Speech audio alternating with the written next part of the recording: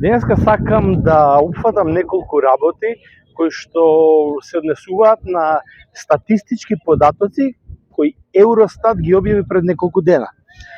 Евростат не објави дека наскоро македонските родители кои што се иселени и дојдени во Малта, дека наскоро ќе ја надминат бројката на преку 100 деца родени на македонски родители овде на островот во Малта.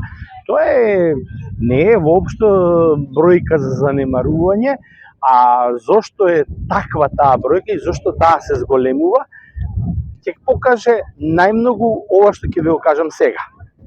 Igor Filevski Show. Стандардот.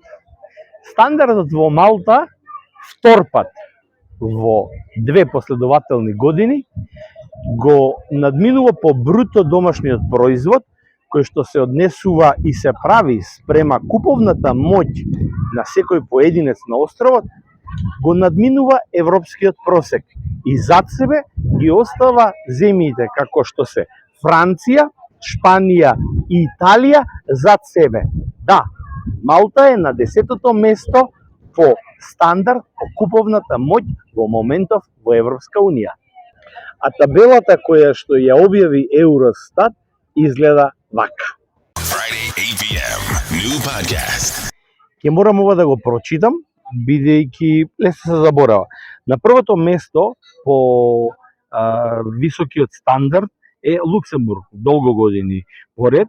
На второто место е Ирска, па Холандија, па Данска, Австрија, Белгија, Шведска, Германија, Финска и Малта.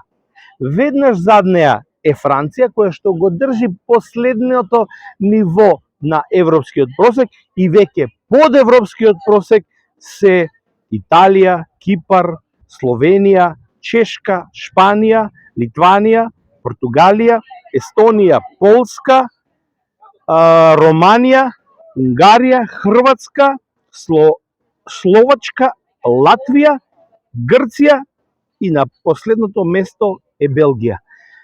Тоа е оној стандард, куповната моќ на секој жител, што ги примамува и жителите од, ќе кажеме, третиот свет, меѓу кои се наоѓа Македонија, Србија, Босна, Косово, кои што доаѓаат се повеќе и повеќе овде во Малта и ги преселуваат своите животи и така едноставно после 10 години ќе завршам со она како што почнав.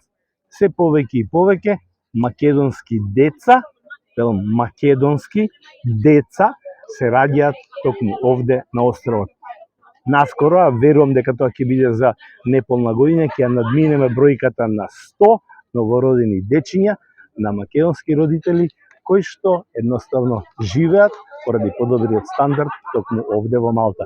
Ова е добро и ова е нешто што е гордост да се каже, бидејќи така не беше пред 3-4 години. Но после ковид мерките, едноставно економијата тргна во добра насока, не дека тука не се чувствува малото ниво на покачување на инфлација, но никако не да се живее онака како што тој пад се осети во земји, големи земји во Европска унија, како што се, например, Италија, Шпанија, Португалија и така натаму.